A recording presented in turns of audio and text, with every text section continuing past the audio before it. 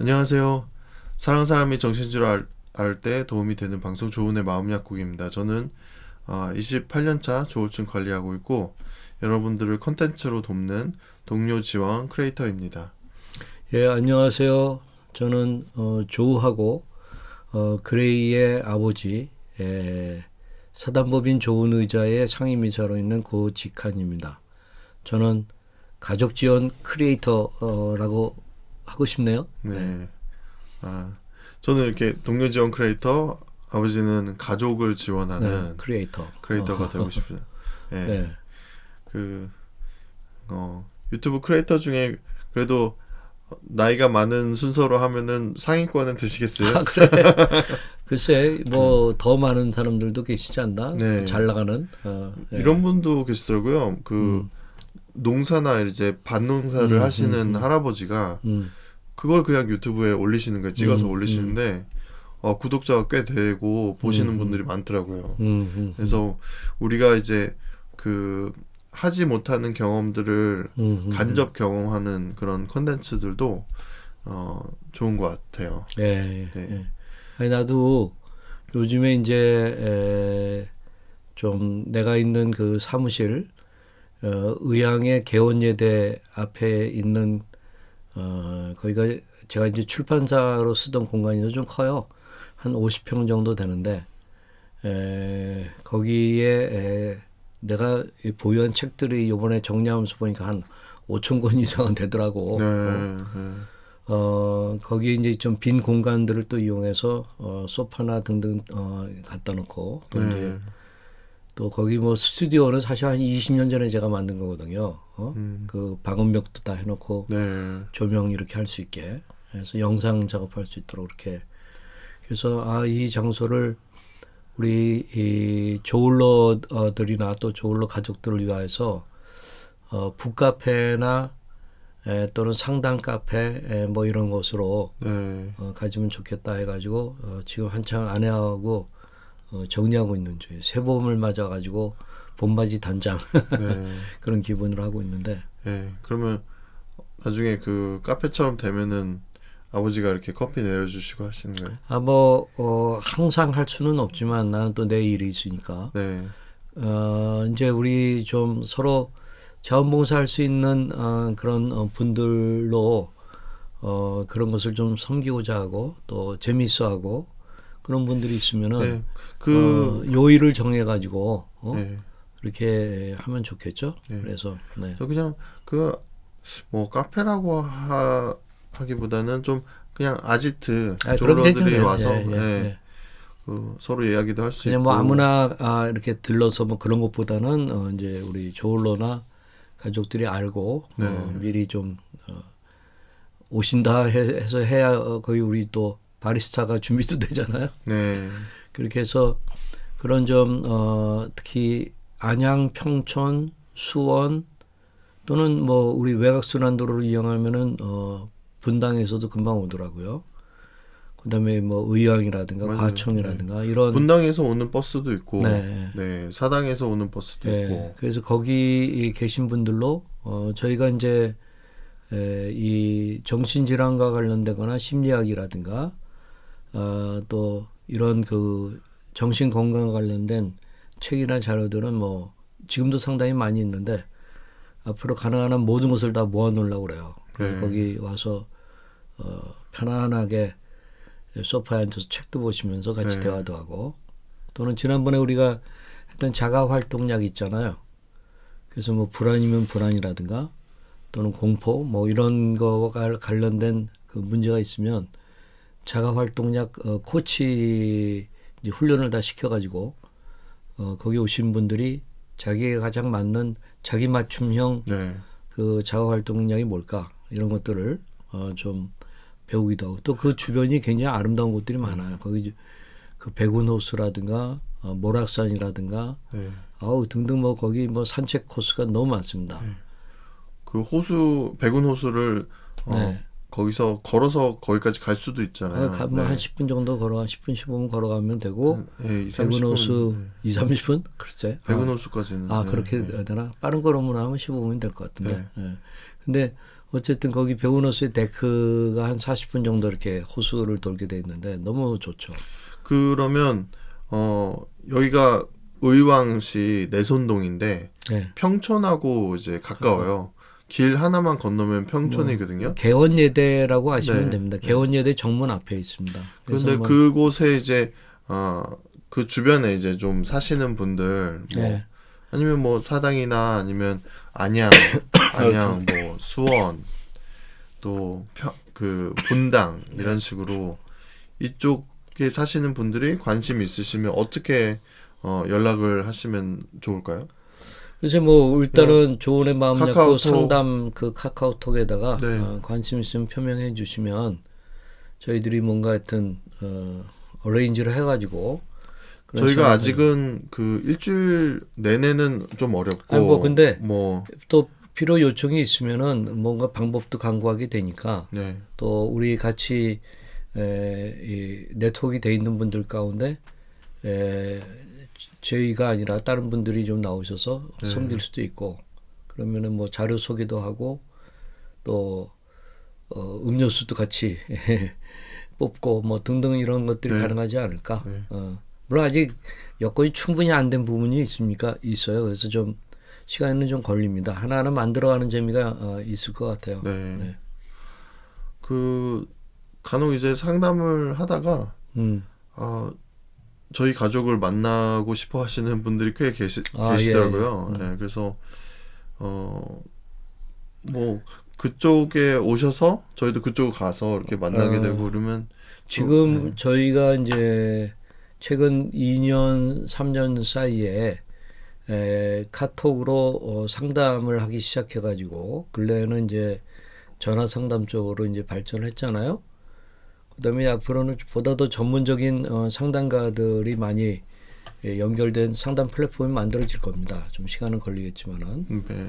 근데 이제 지금 아내가 우리 조 엄마가 상담을 많이 아마 다음 주 라이브 여기 톡쇼에는 우리 조 엄마가 와서 상담과 관련된 그런 것들을 같이 나누게 될 거예요. 근데 이제 지금까지 한 1,600명 사례 관리를 우리가 해오고 있어서 뭐 대단한 사람들을 저희들이 그동안 연결돼서 만났고 그야말로 5만 가지 사연을 다 듣게 됐습니다. 그래서 네. 그들에게 가장 뭐가 필요한지 하는 것들도 좀 저희들이 알게 됐고. 네. 저희가 이제 방송만 하면 이제 약간 현장하고 동떨어진 그런 방송을 네. 좀 할 수 있는데 그 카카오 상담을 통해서 그냥 현장을 다 그대로 뭐 네, 그대로 저희가 느낄 수 있고 카톡만이 아니라 전화 상담까지 하게 되니까 1대1로 가장 깊은 어디 가서 얘기하기 힘든 얘기들을 많이 하시더라고요. 네.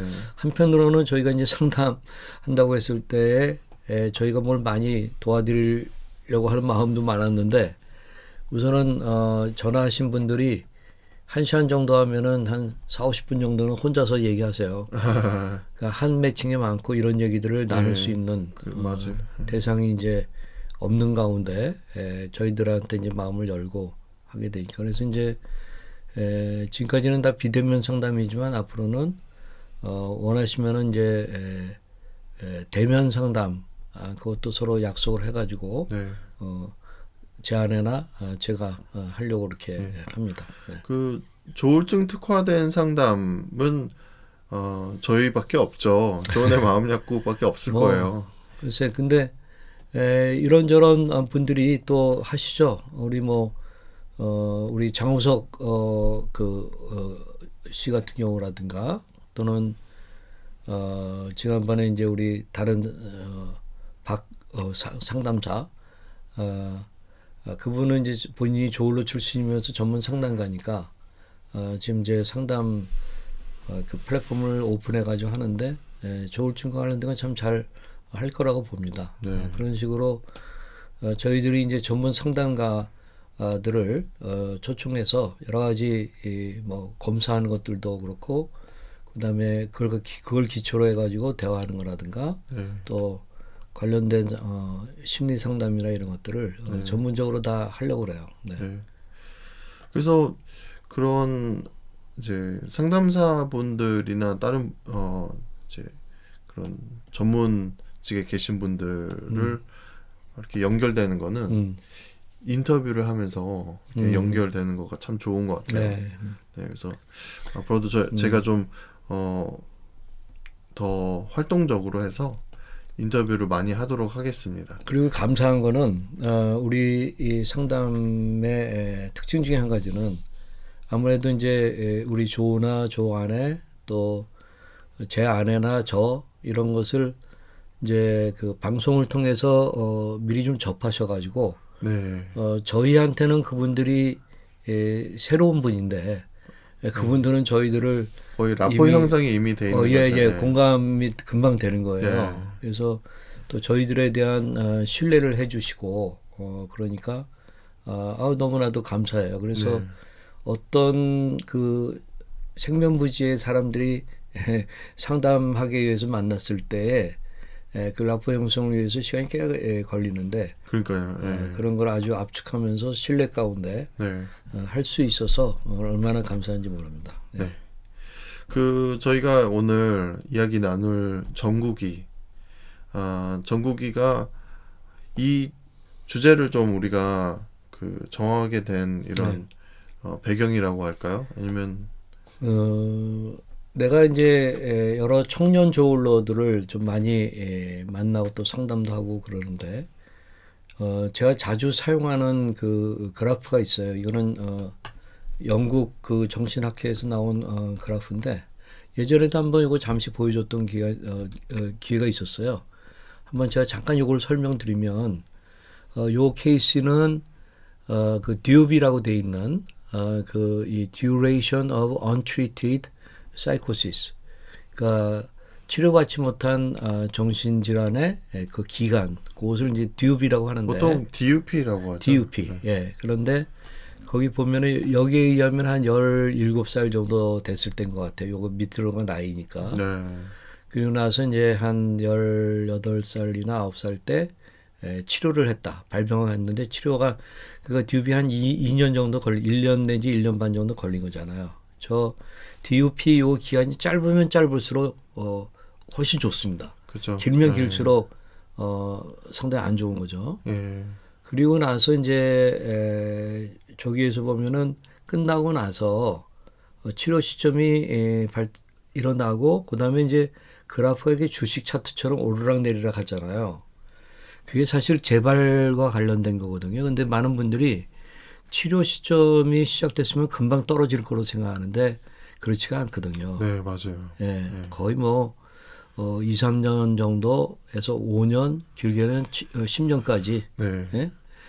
이제 이게 좋은 의사와 좋은 약을 제때 만나가지고 하느냐, 그리고 또 자기도 자기 관리를 잘 하느냐에 따라 금방 달라지잖아요. 그러니까 그 뇌부자들 선생님이 그런 말씀을 하시더라고요. 이 DUP 안에, 그러니까 발병이 되고 나서 바로 치료가 시작이 되면 1년 동안 치료 기간을 갖고 거의 완치 되는데 거의 완치된대요. 그렇죠. 조울증의 경우도. 네. 조울증이 보통 완치가 어렵다라고 하는 거는 이 DUP를 놓치고 또 그 후에 자기 관리를 약하게 하다 보니까 이제 그런 건데 이제 근데 많은 그 저희가 이제 상담하면서 이 부모님들이 안타까워하시는 게 내가 너무 무지했어서 이런 병에 대해서 잘 몰랐어서 네. 치료가 너무 늦었다, 늦게 치료를 시작했다 이렇게 그 안타까워하시면서 본인을 이제 자책하시는 분들이 많더라고요. 예. 그래서 이제 이런 그 지식과 정보를 제대로 갖는 게 중요한데 나도 저 그래프를 보면 볼수록 우리 두 조우나 그레이를 지금도 이해하는 데 굉장히 도움이 돼요. 그래서 제가 또 많은 청년 조울러들하고 이제 상담을 하면서 이 그래프를 이용해서 이제 대화를 하면은 본인들이 잘 얘기를 하는데 또 많은 분들이 놓치는 게 저 DUP의 치료 시점이 지나고 나서 뭐 입원도 했었고 또 뭐 등등 하면서 이제 약도 잘 먹고 그러면은 다 낫다고 생각하는 경우들이 많아가지고 저렇게 그래프가 오르락 내리락 하는 거를 인지하고 나면 깜짝 놀래요. 사실상. 네. 저게 몇 년 걸릴 수 있는 거거든요. 예. 그래서 예상하고 이게 마라톤이다 생각하면서 자기 관리를 하는 거하고 네. 그냥 단거리로 끝난다라고 기대했는데 그렇지 않은 거하고는 굉장한 차이거든요. 네. 그래서 그걸 아는 게 굉장히 중요하고 그다음에 저 DOP의 발병 이전에 그 전구기라고 하는 영어로는 이제 프리드롬이라고 또는 뭐 프로드롬이라고도 하기도 하고 네. 신드롬이라는 건 어떤 것이 일어나서 그 이후에 나타나는 증상인데 네. 이거는 그 전에 나타나는 증상이란 말이에요. 사전 증상. 네. 그렇기 때문에 이제 그런데 사실 나나 제 아내도 이 전구기에 대한 이해가 너무나도 없었어요. 그래서 우리 두 조우하고 그레이한테 참 미안한데 그래서 오늘 저희가 이 어떤 조울병 환우든 조현병이든 그 발병하기 전에 나타나는 그 증상들이 있거든요. 네. 근데 그게 짧게 그냥 몇 개월 안에만 막 일어나는 그러면 되게 알아차리는데 그 전부터 오랫동안 누적되어 온 여기에 보게 되면은 그렇지 한 7세 정도 되나요? 그 어떻게 보면은 이제 어디에 서 있는데 물이 서서히 천천히 차오르는 그렇지 그런 거죠. 느낌이죠. 거의 의식을 못 해요. 네. 근데 여기는 지금 7세부터 저렇게 전구기화해서 쭉 누적되어 가다가 한 17세 정도 됐을 때가 조금 더 세졌는데 아마 저기 17세의 발병 그 시점에는 증상들이 막 드러났을 거예요. 예? 굉장히 여러 가지 우리가 잘 알고 있는 그런 일들이 드러났는데 그 전에는 잘 드러나지 않는데 그러나 이걸 알고 보면은 맞다 그 전국이었구나 하는 그런 것들을 우리는 너무 때늦게 알게 됐어요. 네. 그러다 보니까 이제 놓쳤는데 그래서 오늘 우리 그 조우의 전국이와 관련된 얘기를 나누면서 여러분들도 한번 생각해 보시고 또는 여러분들의 자녀나 배우자에게 아직 발병은 하지 않았지만은 뭔가 좀 느낌이 온다. 네. 라고 하면 예민하게 보게 되면은 저거 전구기가 진행되고 있는 것들을 알 수가 있습니다. 네. 그러면은 그걸 좀 빨리 조치를 취하면 취할수록 저는 좋은 게 아닌가 네. 하는 생각을 가져요. 그 제가 아는 한 동생 하나가 있는데 이 친구는 조울증인데 제2형이에요. 제1형 같은 경우에는 이제 조증과 우울증이 좀 비슷한 시기가 그렇죠. 올라갔다가 내려왔다 하잖아요. 근데 폭이 크죠. 네, 폭이 크고 네. 제2형 조울증은 제1형보다는 좀 약한 경조증과 여러 번의 우울증이 반복되는 거예요. 네. 그런데 이 친구는 이제 제2형인데 발병하고 얼마 안 돼서 DUP 기간에 병원을 자기가 스스로 찾아갔어요. 그리고 의사 선생님이 바로 입원하자 해서 입원을 했어요. 그리고 퇴원해서 계속 이제 약 먹으면서 관리했는데 재발 한 번도 경험을 안 했대요. 그리고 몇 년 지났는데도. 네네네. 와, 그거는 뭐 아주 정말 천만다행. 근데 말을 해보면 전혀 몰라요. 얘가 조울증이 있는 사람인지 전혀 모를 정도로 이렇게 멀쩡하고. 근데 본인이 어떻게 그걸 알았어? 약간 좀 자기 스스로 이상하다 봐가지고 그 삶을 끊고 싶은 충동이 자꾸 생겨서. 그런데 이제 전구기에 대해서 얘기를 나누다가 자기는 특별히 막 그렇게 없었다는 거예요. 우울하거나 뭐 힘들다거나 이런 거 없었던 것 같은데 근데 생각이 난 게 좀 한숨을 자주 쉬었대요. 근데 저도 그래요. 저도 초등학교 때 그렇게 한숨을 이렇게 어린 나이인데 어린 나이에 담임 선생님이 한번 담임 선생님 앞에서 제가 한숨을 쉬었나 봐요. 담임 선생님, 야, 너 어린애가 왜 이렇게 한숨을 쉬어? 그랬구나. 나 처음 듣는 얘기인데 그 얘기는. 그렇게 뭐 큰 사건은 아니니까 그걸 또 부모님한테 말씀드리진 않았던 것 같은데 생각해보니 그런 기간이 좀 있는 거죠. 저의 이야기 누구나 좀 전구기가 다를 수는 있어요. 근데 이렇다 하더라고요. 그 스트레스가 우리가 스트레스를 줬다가 멈췄다.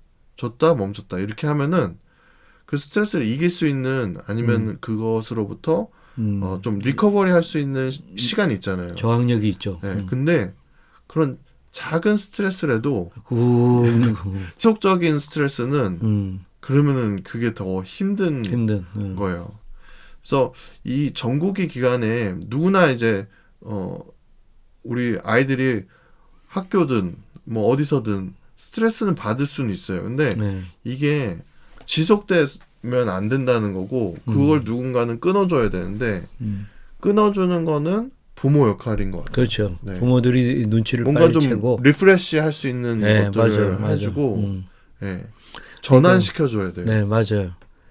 이제 그 점에 있어서 나나 아래도 우리의 교육과 이런 걸 하지만 참 무지했구나 하는 것들을 이제 많이 발견해서 좀 안타까운데, 근데 여기에서 우리가 한 가지 전 이해가 좀 필요한 게 있어요.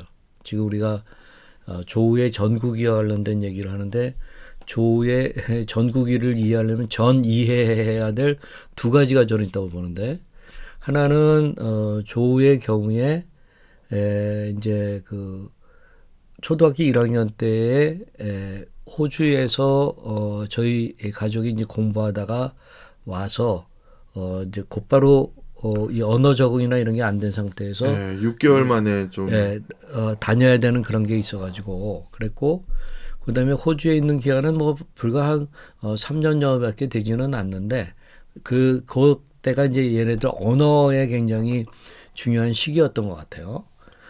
그래서 이제 그때는 굉장히 애가 활발하고 우리 조우는 좀 더 이제 활발하고 자기가 좀 주도적이고 또 이렇게 좀 스타가 돼야 더 이렇게 그러니까, 좀 그냥, 풀리고 그러는데 그냥 이제 그게 또 이제 더 거슬러 올라가면 태어난 지 얼마 안 됐을 때 사랑을 너무 많이 받은 거죠. 아이고 누구나 다 사랑 많이 받지. 사랑 근데 많이 아니 기질이 네가 그래. 예를 들면 우리 MBTI로 보게 되면은 네가 ENFP인가? 네, ENFP고. 그렇죠. 네. 그러니까 근데 그런 이게 기질이 조금은 좀 그렇지 않나? 그런 게 있어요.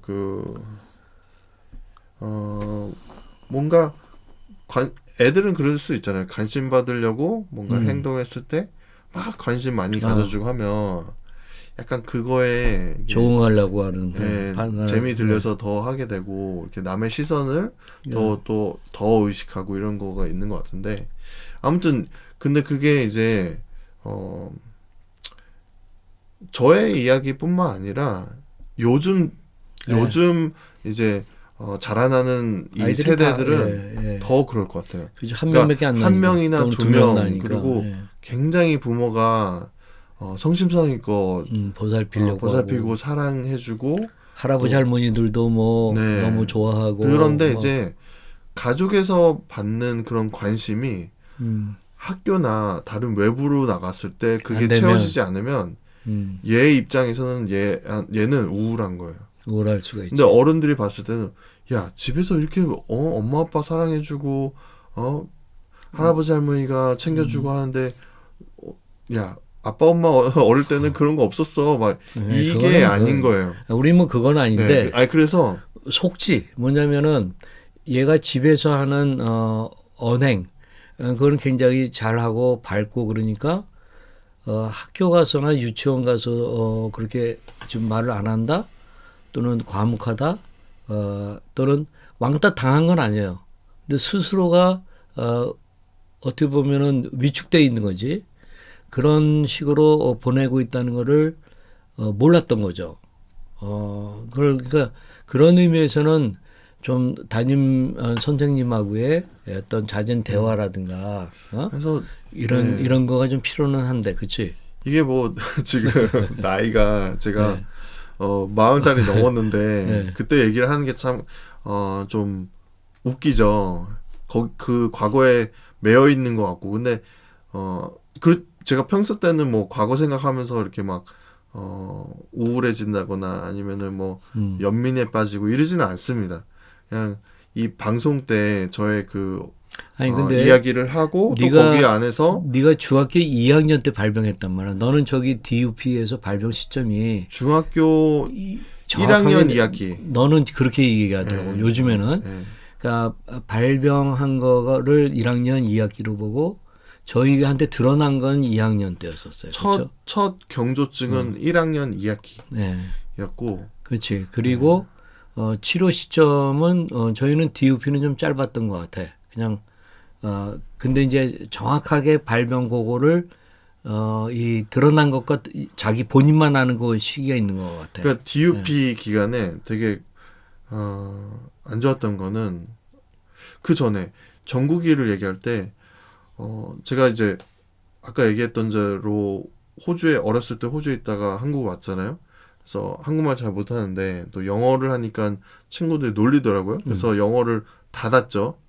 닫은 상태에서 이제 언어가 돼야 되다 보니까 그래서 초등학교 때 계속 조금씩 과묵해지고 말이 없어지고 또 활동도 적어지고 이랬는데. 그래서 근데 얘가 원래는 굉장히 활달한 애거든요. 그리고 사회성이 좋다 많고, 이런 얘기도. 부침성이 있고 친구들하고 이렇게 적극적으로 하고 이제 그러는데 이제 그거가 충족이 안 된 거지. 그래서 발병을 이제 중학교 1학년 2학기 때 발병했고 중학교 2학년 여름 방학 지나고 이렇게 병원에 가서 진단을 받았으니까 그래도 DUP는 좀 짧았던 것 같은데. 우리 전국에 근데 좀 문제가 네.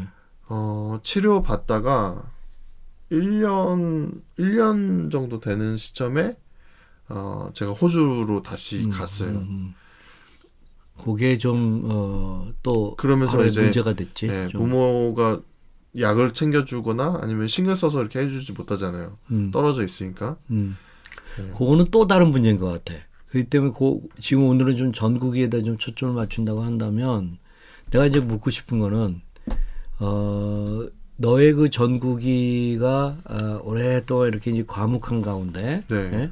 학교에서 뭐 적극적으로 왕따 당한 경험은 없었지. 그건 아니었지. 발병 이전에는 왕따 당한 적은 없어요. 그렇죠. 발병하고 나서 막 좀, 조증에 이상한 행동하니까. 그렇죠. 아니 이상한 행동을 보였다기보다 그런 소문이 돌아가지고 맞아요. 병원에 한 달 갔었다는. 동안 쉬면서 네. 통원 치료를 했는데 그 기간에 이제 어떻게 알려져가지고 중학교 2학년 저건데 이게 소문이 전교적으로 나왔더라고요. 정신병원에 입원했다 이런 식으로. 그래서 뭐 그거는 그런 이유가 있으니까 이제 그런 건데 이제 지금 전국이 때는 네 경우에는 오랫동안 좀 과묵한 거, 그 부분은 있었어요. 우리도 눈치는 챘는데 그냥 기질상 얘가 과묵한가 뭐라고 좀 생각을 했던 거지. 학교 와서 저렇게 스트레스가 됐겠구나 하는 부분은 나중에나 알아차렸어요. 그래서 이렇게 생각하실 수 있잖아요. 네. 야, 이미 발병됐는데 전국이에 대해서 알거나 아니면 그때 일어난 일들을 어떻게 하냐. 근데 이게 하나의 좀 미해결 과제라고 하더라고요. 그런 어느 이제 부부 세미나를 받았는데 한 남편이 이제 과거에 그런 어떠한 어려움이 있었어요. 그러면은 그게 미해결된 과제로 남아 있는 거예요. 잠재해 있는 거죠. 네, 그래서 다른 문제인데 이게 건드려지면 다른 사람처럼 행동하거나 이제 그런 미성숙한 행동을 보이거나 이런 건데 그 미해결 과제를 성숙하게 이거를 풀어나가는 과정이 좀 필요한 것 같아요. 우선 미해결 과제가 있다라는 거를 알고 그다음에 거기에 정체성에 대해서 알아차리는 게 굉장히 중요하고 그리고 이제 그것을 해소할 수 있는 방법을 찾아야겠죠. 그래서 우울기 때 지난 과거에 대해서 자꾸 반복적으로 얘기를 해요. 피해의식으로 또 그 사람은 이제 거기 그 시간대에 머물러 있는 거거든요. 네. 그래서 그거를 들어주고 또 공감해주고 그때 너가 이렇게 느꼈겠구나, 참 힘들었겠구나 이런 걸 얘기해주면서 앞으로 같은 상황이 됐을 때는 이렇게 하면 어떨까 이런 같이 이렇게 뭔가 고민해보고 귀 기울여서 그거에 굉장한 그런 관심을 가져주는 것도 필요한 부분인 것 같아요. 네. 그러니까 이제 우리가 조울증이라고 할 때는 일반적으로 다 그런 건 아니지만 생물학적인 취약성이 강하기 때문에 어떤 스트레스랑 만났을 때 이게 터진다라고 이제 저는 일반적인 정설이라고 보거든요. 네. 그렇기 때문에 생물학적인 취약성에 대한 이해가 굉장히 필요하고 그리고 그렇기 때문에 전문의의 거기에 적합한 약물 치료가 제가 얼마 전에도 지금 한 젊은 분인데 이분이 정신과 병원에 오랫동안 제가 발병하면서 한 1년 정도를 다녔는데 별 효과가 좀 없었어요. 근데 병원을 좀 바꾸면서 다른 의사를 만나서 다른 약을 처방받았는데 뭐 처방받은 지 얼마 안 돼가지고 벌써 많이 좋아졌어요. 네.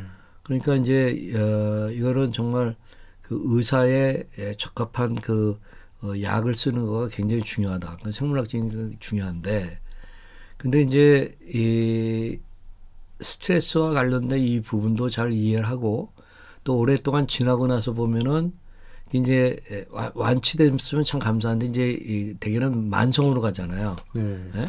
만성으로 가다 보면은 안 좋은 이제 이 습관 같은 것들이 자꾸 더덕더덕 붙잖아요. 그러니까 보통 때는 괜찮을 때는 괜찮았다가 그 안 좋은 습관에 이렇게 이제 사로잡히게 되면은 갑자기 미숙아가 돼버리는 거예요. 어린아이가 돼버리는 성인아이로 네. 바뀌어버린. 제가 지금 얼마 전에도 60대 중반의 여성인데 조울증인데 갑자기 또 자기의 환경과 관련해 가지고 막 탓을 하기 시작하고 식구들을 잡기 시작하는 거지. 예? 네.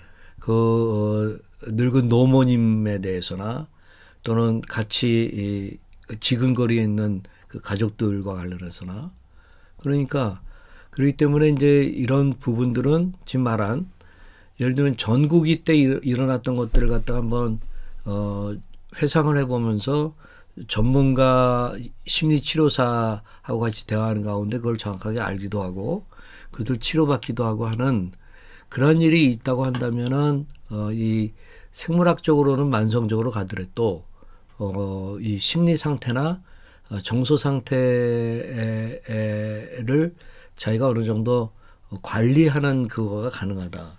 그렇기 때문에 임상 심리 이 치료를 받는다든가 또는 전문적인 상담을 받는다든가 하는 것은 약물 치료와 병행해서 또 중요하겠구나 하는 것을 알게 되고 또는 그런 이 전문가의 그걸 찾아가기 좀 어려운 여건이고 그렇게 되면 책을 통해서라든가 또는 뭐 유튜브를 통해서라든가 요즘에는 관련된 거 치면 다 나오거든요. 그렇기 때문에 몇 편만 읽어보면 그 감을 좀 잡을 수 있어요. 그러면 거기에 대해서 인지하면서 자기가 그런 인지행동 치료 같은 그런 것들을 자가로 그럴 때 이 자가활동량이라는 게 참 중요한 게 그 부분이에요. 예? 그냥 약물만 갖고 되는 게 아니라 약물 뺀다는 얘기가 아니라 약물 플러스 자기에게 필요한 것들이 뭔지를 알아가지고 이 처방하는 거죠. 네. 그래서 그 전구기를 설명할 때 또는 이제 정신질환 설명할 때 이제 자동차로 비유를 하자면 요즘 많은 분들이 이제 자기 개발 이쪽으로 관심이 많잖아요. 또 성공하기 위해서 그거는 어떻게 보면 그 자동차를 업그레이드 시키는 그런 작업과 같은데 저희 조은의 마음약국은 그러면 어떻게 좀 달리 생각하면 약간 차 정비소와 비슷할 수도 있을 것 같아요. 그렇지. 정신질환 발병이 되고 그것이 의료 개입이나 치료가 잘 되지 않았을 때 굉장한 그런 뭐 조증이나 아니면 조현의 경우는 뭐 환청 아니면 여러 가지 그런 증상들이 나올 수 있고 사고를 또 칠 수 있는 부분인데 물론 이제 정신과 병원도 이런 그 차 정비소와 같은 그런 비슷한 수 있는데 이 전국이 기간에 운전하다가 가끔 이런 사인이 뜨잖아요. 뭐 워셔액이 부족하다, 아니면은 뭐 엔진 오일이다, 아니면 여러 가지 알림이 뜨는 것들이 있는데, 또 그거를 약간 대수롭지 않게 생각하거나 그러면은 뭐 그거를 무시하거나 이런 게 있을 수 있다는 거죠. 그 전국이 기간 동안. 그렇죠. 근데 이제 내가 너한테 좀 물어보고 싶은 것은 그 초등학교 기간 내내 너한테 이제 좀 돌아보니 전국이적인 그 증상이 있었다는 걸 우리도 알게 되는데, 그때 우리 부모들이 돌아보면 무엇을 어떻게 했었으면 좋았을까? 우선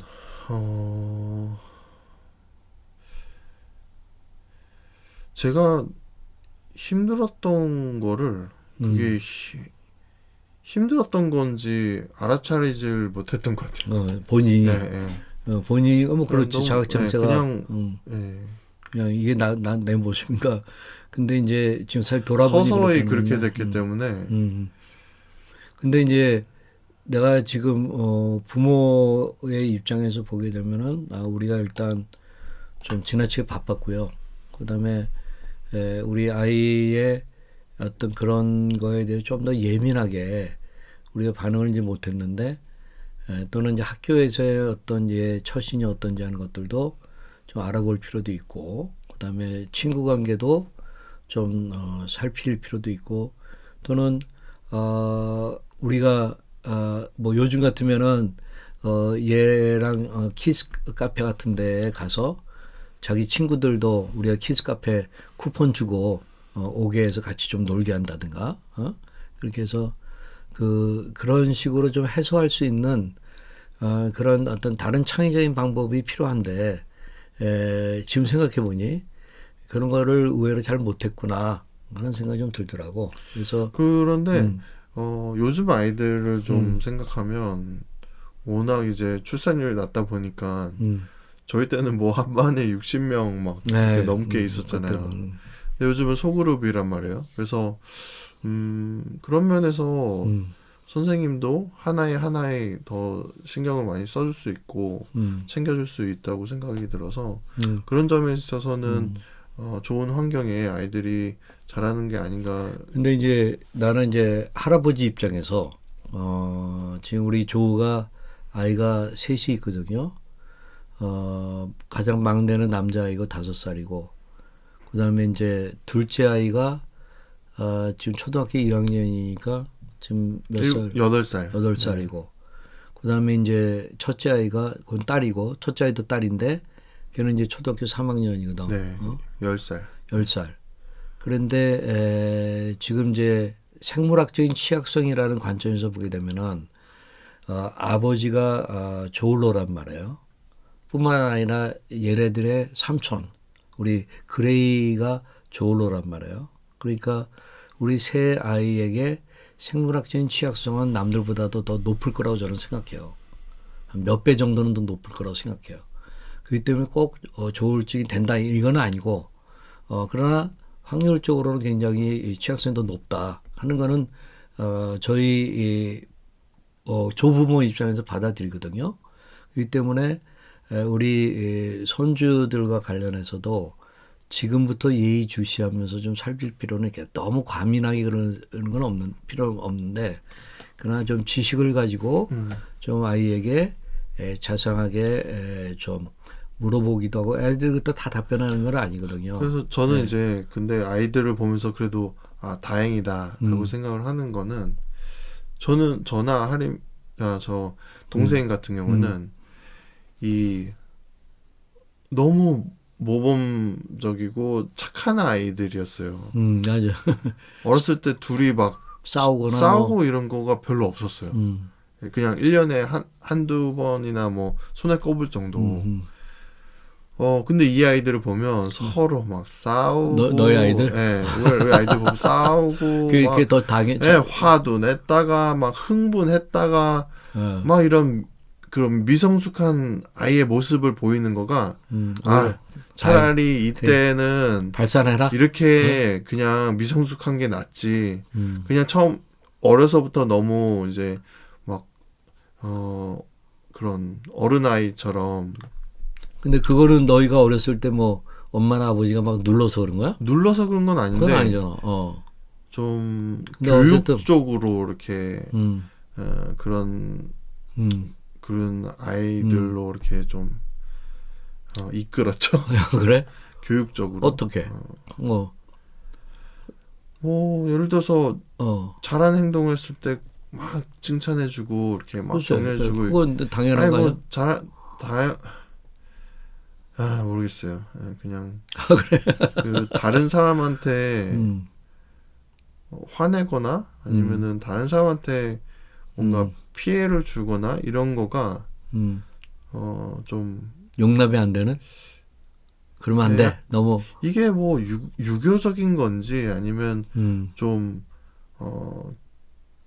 교육을 많이 받은 그런 분들의 가정 문화인지 모르겠는데 약간 그런 게 있었죠. 그러니까 약간 이제 속으로는 부글부글한데 그걸 표현을 못하는 약간 분위기가 있었다는 얘기구나. 아니 그런 거라기보다는 그냥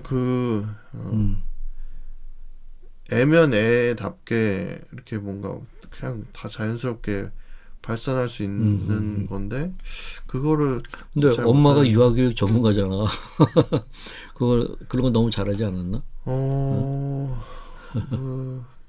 뭐 이제 자기 아이 키우는 거랑 다른 아이 키우는 거랑 좀 다를 수 있다고 생각은 드는데 저희 어머니도 좀 그냥 그냥 착한 아이로 많이 컸던 것 같아요. 그래? 그냥 저희 가정이 이제 그런 종교적인 것도 그렇고 이제 교육적인 또 집안, 그러니까 그런 말이 있어요. 교육적인 집안에 정신질환이 많다. 그래? 예, 그러니까 애를 자꾸 가르치려고 하면 안 된다. 이런 말씀 하시더라고요. 애 자꾸 가르치려고 하면 미쳐요. 애 미쳐요. 이러는데, 완전히 동의하는 건 아니지만, 그래도 어느 부분에서는 동의를 하고, 뭐 그런 그 지적에 대해서는 받아들입니다. 그러니까 저희 아버지도 좀 교육적이시고, 저희 어머니도 교육적이시거든요. 아버지도 신앙적인 거 이렇게 하는데, 이렇게 막, 이렇게, 뭐, 다이아그램이나 아니면은 뭐, 이렇게 약간 표 같은 거 이렇게 그려서 막 가르쳐 주시고, 네. 근데 그게 도움이 안 된다. 교육적인 거가 굉장히 강하세요. 탁월하시고. 근데, 심리적인 자녀와의 이런 것에 있어서는 이해도가 떨어졌구나. 너무 이제, 이해도 뭐, 그러니까, 반성합니다. 그러니까 그냥 저희의 그런 문제나 아니면 어려움들을 여러분들한테 공유하고 네네네. 이제 여러분들도 들으셔서 뭔가 이제 공감이 되거나 이런 부분에 있어서는 좀 곧 개선하시고 오케이. 또 저럴 수 있겠구나 이렇게. 근데 이제 그 너의 이제 전국이를 얘기하는 중에 한 가지 또 떠오르는 거는 네가 이제 중학교 그 아까 발병 그 시기 그것을 우리 가족들이 눈치챈 거는 문제라고 본 건 중학교 2학년 때 2학기 되면서고 그다음에 이제 너는 오히려 1학년 2학기 때부터 왔다라고 이제 지금 와서는 그렇게 자각하고 있는 거고. 그렇죠. 근데 이제 그때에 어떤 사건이 하나 있었잖아. 너의 친한 친구가 이제 자전거로 아니요. 자전거 아니에요. 아닌가? 네. 그러니까 친한 친구였는데 이제 저희 집 앞에 사는 친구였죠. 이제 초등학교 때는 뭐 친했고 그랬는데 중학교 2학년 때 같은 반이 됐는데 이상하게 저를 놀리는 거예요. 친구랑 같이. 그래서 왜 놀리지? 이랬는데 어느 날 이제 갑자기 야 우리 집에 농구 골대 생겼는데 놀러 올래? 이렇게 하는 거예요. 그래서 왜 또 뜬금없이 갑자기 놀러 오래? 이랬는데 그 다음날 학교를 갔는데 막 여자애들 펑펑 울고 막 음. 반이 난리가 난 거예요. 그래서 야, 싸움 났나? 이러고서는 들어갔는데 그 친구가 교통사고로 이제 사망했다는 얘기를 해주더라고요.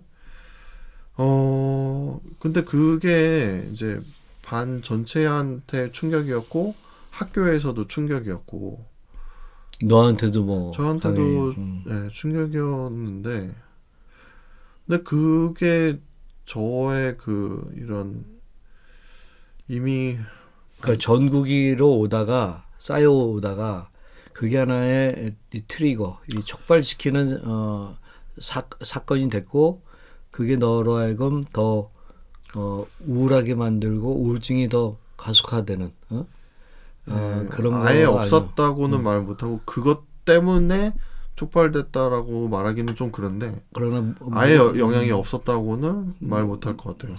그렇지. 네. 그래서 그러면은 되게 이제 일반적으로 우리가 알고 있는 여러 조울로들을 보게 되고 그 과거 얘기를 들어보면은 전국이 때 나타나는 일반적인 증상은 어떤 건가? 다른 사람마다 다 다를 것 같긴 한데 응? 우선은 이게 뭐 청소년 때 그 우선은 사춘기 이제 그거는 다르잖아. 네.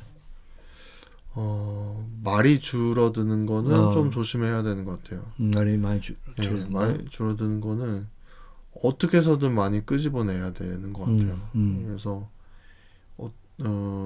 말이 줄어든다는 거는 조금 내가 스스로 그 문을 닫는 느낌이거든요.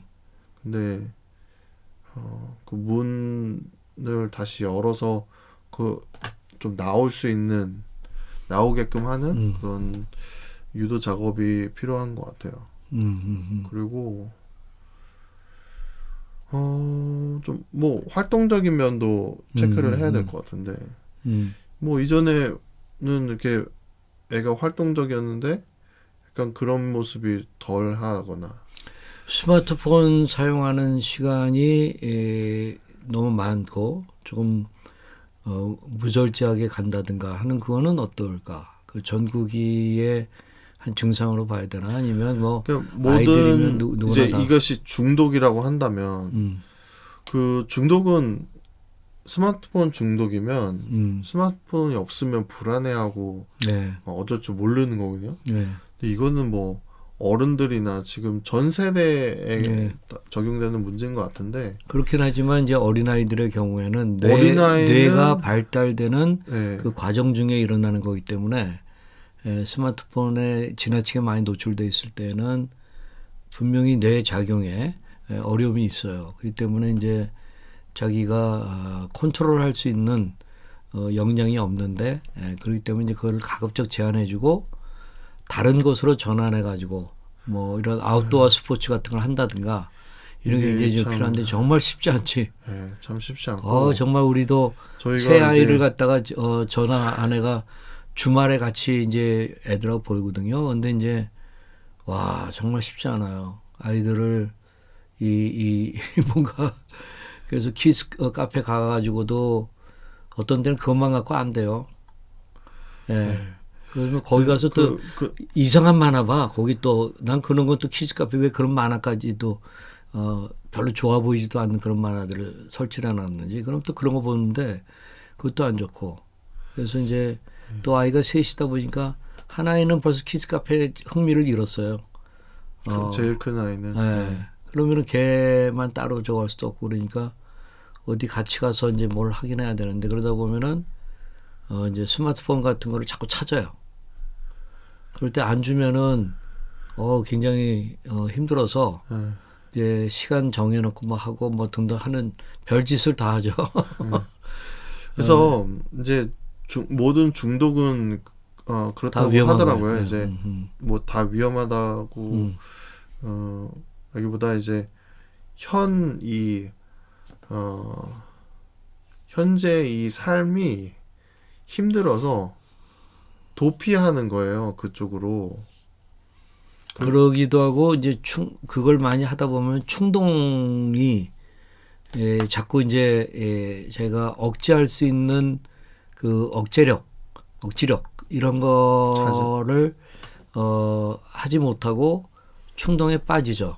그러니까 이제 뭐 이 음식 장애 같은 경우도 그렇다고 그러더라고. 보면은 그 먹고 싶은 그 1분 30초 그 기간 동안에 자꾸 손이 가는 거죠. 근데 그것을 다른 것으로 이제 전환해야 되는데 그러기가 싫은 거예요. 근데 이제 이거는 사실 근데 이 스마트폰 얘기가 나온 게 스마트폰 중독이 전국에 있는 하나의 사인으로 볼 수 있냐 이거잖아요. 그럴 수도 있고 안 그럴 수도 있다고 지나치면 그렇죠. 근데 이거는 그 1세 그러니까 태어나서 3세 만 2세 3세 이전에 스마트폰 보여준 건 그건 절대로 그건 아닌 것 같아요. 그런 점 근데 이제 우리가 언어 발달이나 동의하는데 행동 장애 우리가 이제 너희 세 아이를 생각할 때는 첫째, 둘째 아이는 그렇게 했어. 근데 이 셋째 녀석은 누나들이 보니까 2살, 3살 때인데 얘가 또 좀 성격이 좀 애가 강하잖아. 그러니까 막 뺏고 막 해가지고 그 녀석은 3살 전에도 스마트폰을 조금 많이 봤던 그래요? 그런 것 같아. 내가 이렇게 보니까. 얘가 본 거는 너희들은 이제 집에 뭐 한 텔레비도 1년 정도 텔레비도 아예 없고 이 집안은 그렇거든요. 아이들이 너무 어려서 그런 거에 노출되는 게 안 좋아가지고 그러긴 하는데 그러나 이제 스마트폰 같은 경우에는 상당히 전쟁하듯이 신경 써야 되겠구나 하는 생각이 많이 들어요. 그러니까 이게 참 어려운데 그러니까 어른이 좀 필요하고 피곤할 수 있어도 스마트폰을 금방 이렇게 보게 해주는 거는 좀 아닌 것 근데 같아요. 지금 우리가 이제 이 아까 어린 시절의 전국에 대한 걸 얘기했는데 조울증 같은 경우에 보통 괜찮다가 30대 가서 터지는 경우도 있고 또 괜찮다가 40대 가서 터지는 경우들도 있더라고요. 저희가 상담을 받아보게 되면은 그런 30대나 40대 때에 발병하기 전에 전국이는 되게 어떤 걸까? 되게 35살의 남자다. 지금 직장 생활하고 있다라고 생각한다고 한다면 그런 사람들에게 나타나는 그 35살에 이제 발병했어. 그런 전국이로는 되게 어떤 거가 있을까? 되게는 뭐 결혼을 했는데 뭐 바람을 피운다? 근데 뭐 조울증과 관계없이 바람 피우는 사람들 많잖아. 또는 성욕이 너무 강해진다? 또는 돈 씀씀이와 관련돼 가지고 일정 기간 동안에 좀 너무 많아진다든가 하는 과도한 거? 그거는 이미 발병 이후에 일어나는 증상들인 것 같고요. 전국이 그거를 때는. 전국이로 보는 건 아닌 것 같아요. 그럼 전국에는 그런 사람들에게는 어떤 거가 있을까? 지금 우리가 성인들이 그러니까 경우에는 이제 부모님들이 관찰해 주시고 저희한테 말씀을 해 주시잖아요. 얘가 그런 애가 아닌데 얘는 굉장히 모범적이고 돈 씀씀이도 이렇게 크고 막 이런 아이가 이런 성인이 아니었는데 이렇게 돈 씀씀이가 막 많아지고 막 그거는 이제 그전에 안 보였던 모습들을 보이고 이런 얘기를 해주시잖아요. 그래서 그거는 이제 발병 이후의 모습이고 아마 전국이 때는 내가 보기엔 굉장히 오랫동안 침울해 있다든가 또는 굉장히 위축돼 있다든가 또 좀 우울감 같은 거가 너무 오랫동안 있다든가 그러니까 아까 그런 걸까? 아까 초반에 말씀드린 거랑 비슷한 거예요. 스트레스가 그렇게 큰 스트레스는 아닌데 지속된 스트레스가 계속 해소되지 않고 그건 힘든 거예요. 그래서 제가 봤을 때는 그날 그거를 끊는 거가 필요한데 그러면 예를 들어서 지금 35살에 발병했는데 이 알고 보니 33살 때 부서로 이동하면서 아주 힘든 상사를 만난 거야. 그래서 그 힘든 상사 밑에서 자기가 살아남아야 되고 또 자기가 적응해야 되고 하는 그런 것 때문에 했지만 이게 안 돼. 워낙 이 사람이 까달스럽고 또 다른 직원들은 그런 대로 나름대로 요령 있게 하는 것 같은데 나는 이 사람하고는 잘 천적이야. 어? 그럼 이거 굉장히 스트레스가 되겠네, 그렇지? 그렇죠. 네? 그래서 의욕도 떨어지고 직장 가기도 싫고 그 인간 떠올리기도 싫고 그러나 심지어 회사 건물에서 그 회의실에서 뛰쳐내려서 뭐 그런 자살하고 경우는 이런 경우도 있잖아요. 예. 근데 그거는 이제 발병이 돼서 그런 건가? 그거 아닌가? 뭐 그러니까 모든 지금 거를 우리가 전국이라는 관점에서 보게 되면은 어쨌든 그래서 자기가 근무 태만도 막 일어나고 일종의 수동적 반항이거든 이게. 예? 그러니까 그 전국이를 경험했더라도 발병까지 안 가게 하는 그런 것들을 빨리 방법을 찾아야 되는데 알아차리는 게 굉장히 중요한 것 예. 같아. 다른 가족이 못 차린다 하더라도 내 스스로가 알아차리는, 너무 이건 내가 감당할 수 없는 스트레스다. 아니면 너무 힘들다. 이렇게 되면은 상담을 통해서든 아니면은 개인의 그 자가 활동약을 찾으시든 아니면 나의 그런 기분 전환을 할 수 있는 이 취미라든가 아니면 마음 근육을 키울 수 있는 뭐 감정 일기 아니면 뭐 그런 것들이 감사 필요하다. 일기 뭔가 이렇게 분출해야 되죠. 그러니까 어떻게 보면 아까 35살의 그 이제 직장인이 자기 과의 동료들하고 뭐 저는 뭐 크리스천으로서 이렇게 뭐 술 먹는 거 권장하지 않지만 만약에 같이 술 먹으면서 이렇게 해소할 수 있는 상사역도 막 하고 네. 그럴 수 있는 것이 말로 스트레스 푸는 거가 정기적으로 참 있다고 좋아요. 한다면은 좀 그쵸. 그게 좀 해소될까? 그거를 이겨낼 수 있는 힘이 마음의 근육이 예. 좀 생기죠. 그러니까 또는 뭐 이 크리스천 같으면 기도회 가가지고 막 쏟아놓는다든가 네. 하는 걸 통해 가지고 좀 끊어낼 수도 있을까? 있다고 난 저는 보는데, 이제 그치? 크리스찬이신 경우에는 네, 소리내서 크게 기도할 수 있는 거를 좀 해보시면 좋은데 이 이런 정신질환에 취약하신 분들의 공통점이 이렇게 막 소리를 막 질러서 기도한다든가 주여를 외친다든가 이런 거가 오히려 또 안 좋을 수도 있는. 아니요 그걸 잘 못하세요. 잘 못한다고. 네, 네. 근데 오히려 주여 크게 소리를 질러보라고 하면 잘 못해요. 근데 오히려 해보면 오히려 해소되고 하면 이게 이제 굳어있던 거가 이렇게 영이 풀리는. 영이 풀리든지 아니면은 뭔가 돌파가 일어나는 거죠. 그런 시간이 좀 필요해요.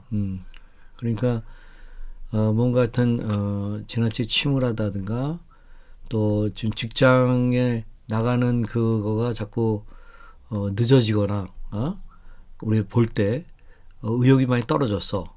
뭐 그런 거라든가 하는 그런 것을 예의주시해서 문제가 있다고 한다면 좀 한번 귀찮게 하면서 자꾸 물어보는 건 그렇고 뭔가 지혜롭게 그 남편이 왜 그러는지 그런 것들을 알아본다든가 또는 동료들하고도 이렇게 동료 부인들하고도 얘기하다 보면은 그 상사가 그냥 못됐어 뭐 하는 얘기가 나올 수도 있거든. 그러면 우리 남편이 나한테 상사 얘기는 안 하지만 아마 상사 때문에 그럴 수도 있겠구나 해가지고 좀 맛있는 거 차려놓고 맥주 한잔 하면서 상사 어떠냐고 물어도 보고 이럴 수 있지 않나? 응? 네, 대화로 그것들을 이제 그러니까 부정적인 감정들을 덜어내는 시간이 굉장히 중요하죠. 뭐 노래방을 한다든가 스크린 골프를 같이 한다든가 스포츠 같은 걸 좀 한다든가 뭐 등산한다 뭐 등등의 뭔가 하여튼 전환하는 그거는 반드시 필요하다 하는 거겠지, 그렇지? 그래요. 근데 이게 어렸을 때부터 이제 부모님이 잘 그런 거를 어떻게 전환하고 이런 거에 대해서 좀 가르쳐 주는 시간이 필요한데 그게 잘 안 이루어졌을 때는 성인이 돼서도 어떻게 이걸 전환시키고 이런 거를 잘 모를 수가 있죠. 네. 저는 이 취향적으로 노래방 취향은 아니지만 뭐 조우나 그레이는 노래방 좋아해요. 그래서 지금 이제 제가 아까 아지트 개원예대 그 의왕시에 있는 개원예대 저는 노래방 안 별로 가본 지 아니야. 오래됐어? 한 뭐 7, 8년 된 것 같아요. 근데 그레이는 상당히 노래방 가는 거 좋아하는 것 같더라고. 걔는 또 이제 또 조증이 또 올라오면 그런가? 더 심해지죠. 예. 근데 오히려 우울증 때 노래방 가면은 좀 더 풀리지 않나? 근데 가기 자체 우울증 때는 또 의욕이 없어서. 의욕이 없어서. 예, 어쨌든 제가 제 아지트를 만들면은 노래방 시설을 아니야, 굳이 만들 필요 없어. 없어? 왜? 주변에 너무 주변에 너무 많아. 코인 노래방도 있고 뭐 이제 잘, 그래도 그러니까 막 그 상권이 굉장히 그 잘된 대학가는 아니지만 그래도 대학가라서 예. 뭐 조금만 찾으면 다 있으니까. 네. 그렇지 하긴 뭐 더 전문적으로 할 수 있는 데랑 여기는 좀 차별화된 그 무엇이 있는 게 낫겠다. 알겠습니다. 그러면 네 저희가 이제 어느덧 1시간이 이렇게 훌쩍 이제 지났는데 그 오늘 이제 전국이에 대해서 얘기를 나눴어요. 이게 이미 다 발병이 되고 지금 힘든 시간을 갖고 있는데 전국이에 대해서 뭐 그렇게 알아야 되냐라고 생각하실 수 있는 부분들이 있는데 근데 그 전국이라는 것을 이제 알아가는 과정 이 자녀라면 자녀가 어떤 거가 힘들었고 이 자녀를 알아가는 그런 과정이 필요하거든요. 그래서 우리가 이미 발병이 됐더라도 어떤 것이 이 아이에게 힘들었는지 그리고 우리 아이는 어떤 것을 힘들어하는지를 알아서 이제 앞으로의 그런 삶 가운데서 좀 더 이렇게 행복할 수 있는 그런 가족이 되었으면 좋겠습니다. 네, 감사합니다. 네. 네, 그러면 사랑하는 사람이 정신질환 할 때 도움이 되는 방송 조은의 마음 약국이었습니다. 저는 여러분의 동료 지원 크리에이터 조우였습니다. 네. 저는 조우 아빠인데 다음 주에는 제가 안 나오고 제 아내가 우리 조우와 함께 이게 얘기가 된 건가요? 얘기 됐습니다. 네. 그래서 상담과 관련된 그런 것들을 같이 좀 나누도록 그렇게 하겠습니다. 네. 감사합니다. 안녕히 계세요. 네, 다음 주에 또 뵙겠습니다. 네.